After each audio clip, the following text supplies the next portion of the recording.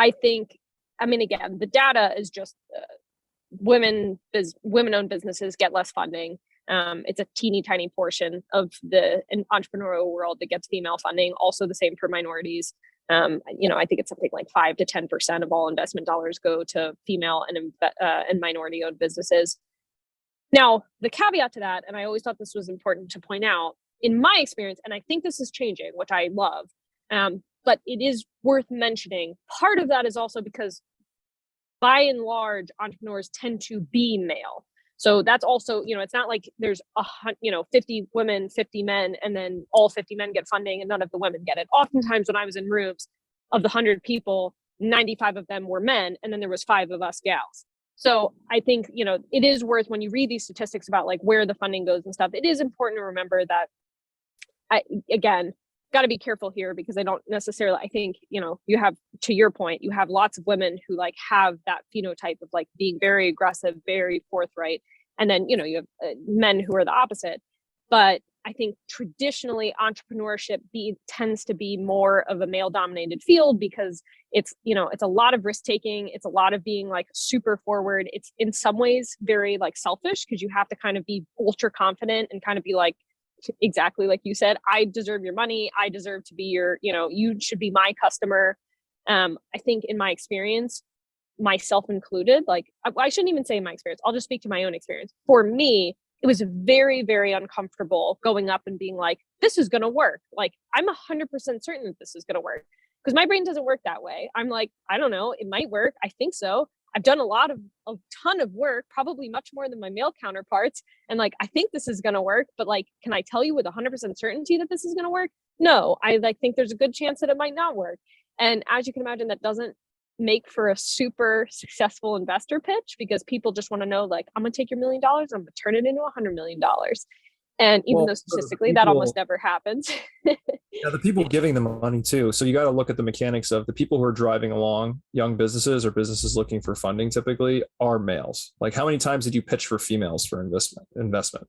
Probably You mean the investors themselves? Yeah, it's on both sides. Yes. Like the private equity, the wealthy individuals who are going out there funding businesses, the people who you need for partnerships to move businesses forward at a young stage. I mean, that's also predominantly males. So like, if you're a female entrepreneur or you're a female who's looking for funding, you're also canvassing probably a 95% plus male population. Yes. And this was, and again, this is where like the entrepreneurs are mostly men. To your point, the rest of the world in the startup space is mostly men. Again, aggressively starting to change, which I love to see. Now there's like, women co-working spaces, there's women investment groups, there's, female, there's female-led everything in this space now. And so it's starting to change. Same thing, again, for minority-owned businesses, you're starting to see like this rise of all of these resources, but it's relatively novel. Like, even since I started in the community, it's relatively novel. And so I think there's a natural implicit bias there, in the sense that, if I'm a male investor who started a business, became successful, and now I'm starting to invest, it may even be that it's not that you don't like me. It may just be the fact that, like, in your eyes, we can't, I notice this myself when I judge competitions. It's like, I'll see a young male do, this is mock trial, which is a little bit different, but like, I'll see a male play an attorney role, and then I'll see a female play an attorney role. And it's funny. It's like, even if I can objectively say like, oh, that male did a great job, I see myself in the female, and I'm like, oh, I remember doing this when I was her age, and like, she's doing a great job. And so there's something inherently, like, men want to invest in other men because they see themselves in them. And so, again, I think the world is correcting itself and starting to realize, like, okay, if we want a more diverse startup space, we have to start going out of our way to include women and minorities and others. And I think in a lot of ways it leads to a lot more diversity, because I think women actually make fantastic business owners because of everything I just said. They're much more risk averse, and they will like work their tails off, and they'll like double check things 100 times instead of just doing it off of a bunch of, confidence that may or may not be warranted. But a lot of things have to move before women are comfortable and have the resources to step into the space. Yeah. And I'm ready to come back and give it a round 2 to articulate some of the thoughts I was saying, just to piggyback of what you were going on, because, it's easily to be seen as incendiary with comments when you try to answer the gender differences in business.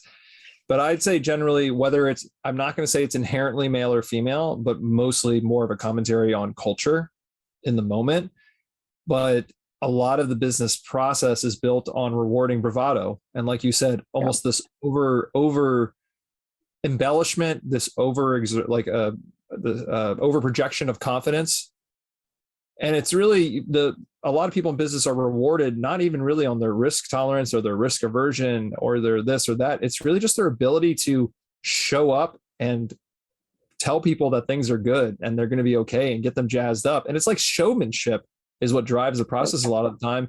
And I think from a male female gender role in our current society, men from a very young age are trained and rewarded, even outside the business context, to practice and adopt and nurture that kind of bravado. It's a very much like a male selected trait culturally.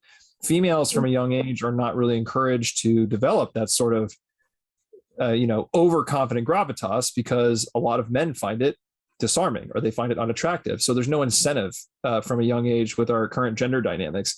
So when you have females that enter the workforce, I think their experience is different and they're somewhat disadvantaged because I think the truth from my perspective, they tend to be more honest. They tend to be more level-headed.